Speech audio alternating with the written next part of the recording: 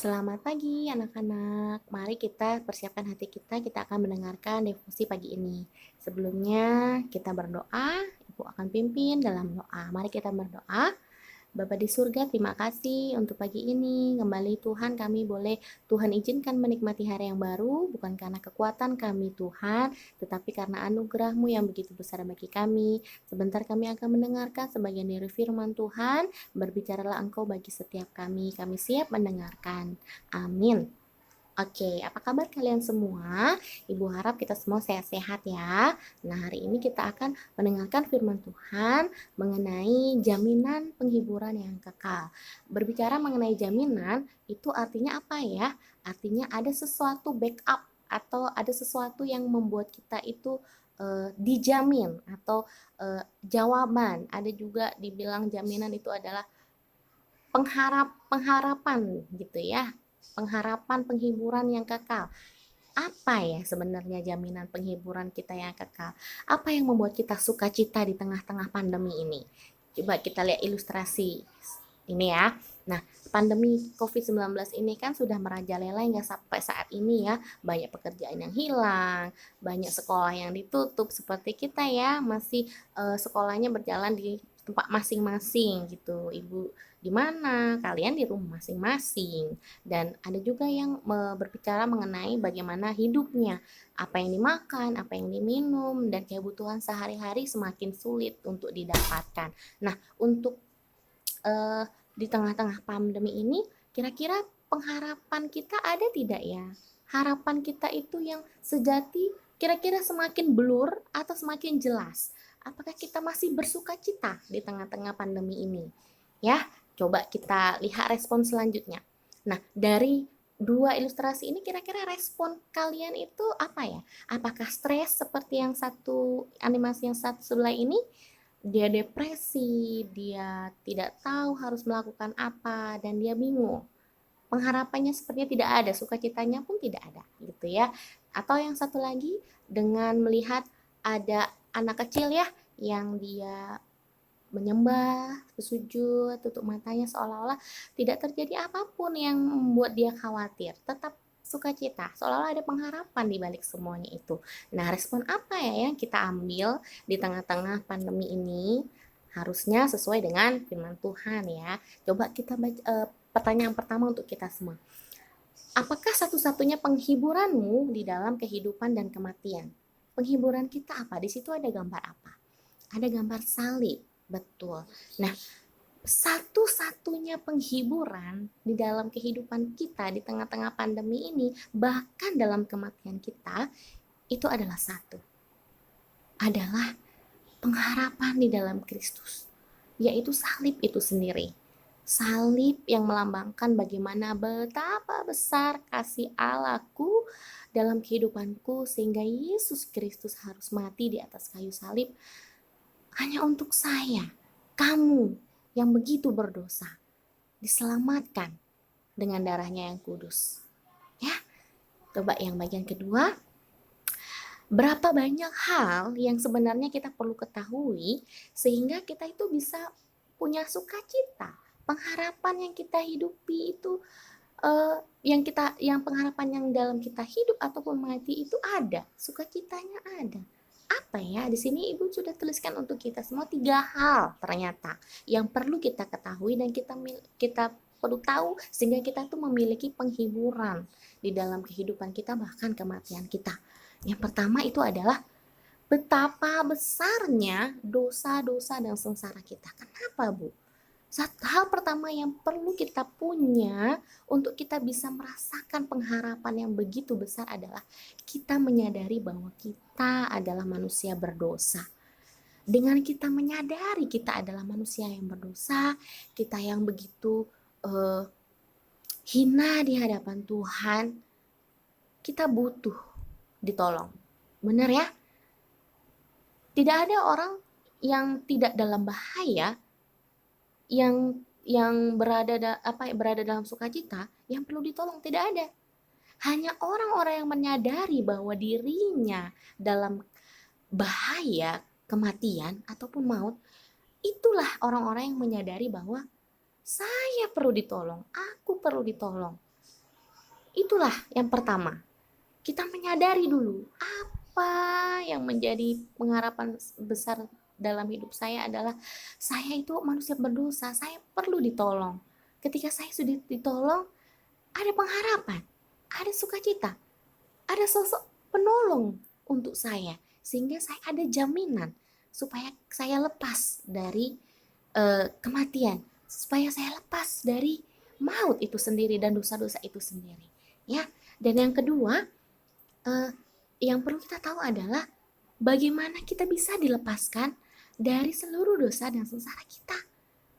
Ketika kita sudah sadar kita adalah manusia berdosa, kita perlu ditolong dan kita tahu bagaimana kita bisa ditolong, yaitu dengan Kristus Yesus. Yesus Kristus itu sendiri yang datang ke dunia mati untuk menyelamatkan saya dan menyelamatkan kamu tentunya. Ya, yang bagian kedua kita memiliki pengharapan itu dengan tahu. Yang bagian kedua, yang bagian pertama adalah kita tahu bahwa kita perlu ditolong karena kita begitu berdosa.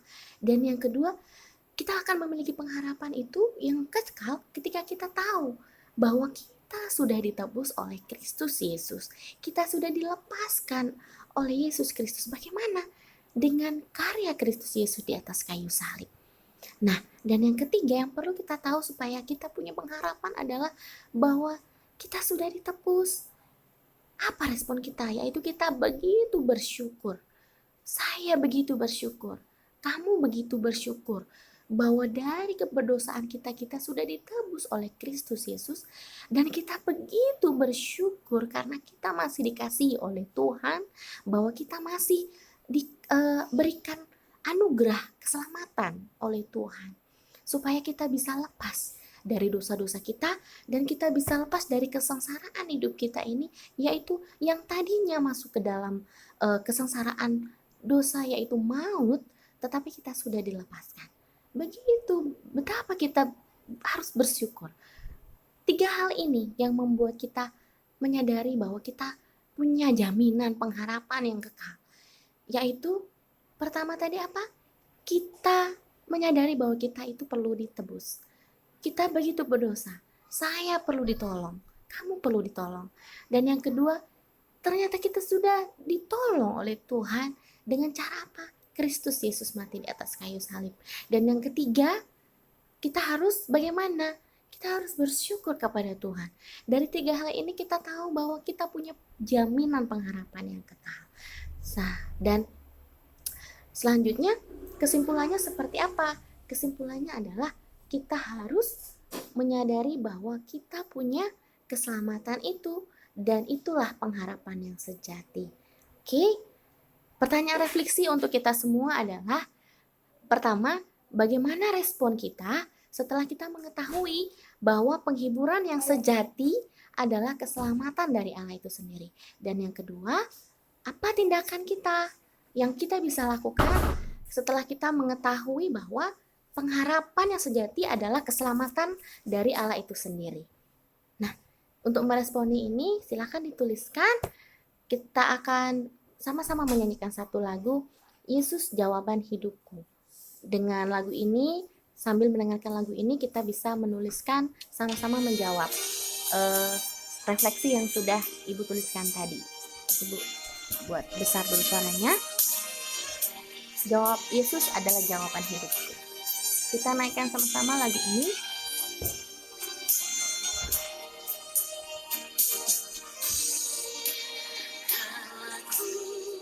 Cari damai hanya ku dapat dalam Yesus.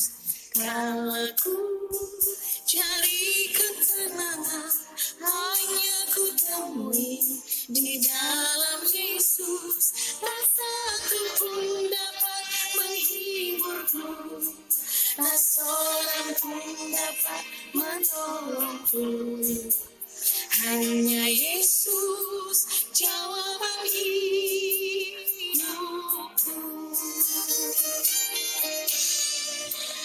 Kalau ku cari damai hanya ku dapat dalam Yesus. Kalau Aku cari ketenangan, hanya ku temui di dalam Yesus. Tak satu pun dapat menghiburku, tak seorang pun dapat menolongku. Hanya Yesus jawaban hidupku. Bersama Dia hatiku damai, walau dalam lembah kekelaman. Bersama Dia hatiku tenang, walau hidup penuh tantangan. Tak satu pun dapat menghiburku, tak seorang pun dapat menolongku. Hanya Yesus jawaban hidupku.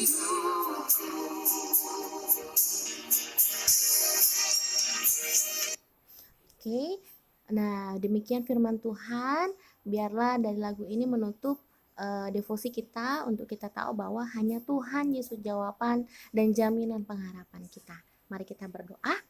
Bapa di surga, terima kasih untuk devosi pagi ini. Kami boleh Tuhan ingatkan kembali bahwa pengharapan kami, penghiburan kami di dalam kehidupan dan kematian kami adalah Kristus Yesus yang sudah menebus kami dari kematian kami, keberdosaan kami. Terima kasih Sang Juru Selamat, kami boleh Tuhan tembus sehingga kami berharga di mata-Mu. Ajari kami Tuhan untuk boleh meresponi dan memiliki komitmen Tuhan, supaya kami terus menjadi anak-anak Tuhan yang sudah ditebus dan melakukan tindakan-tindakan yang baik dan meresponi firman Tuhan ini Tuhan dengan tindakan yang baik di mata Tuhan. Dalam nama Tuhan Yesus, kami serahkan waktu selanjutnya. Amin. Oke. Selamat aktivitas selanjutnya, selamat belajar, Tuhan memberkati kita semua.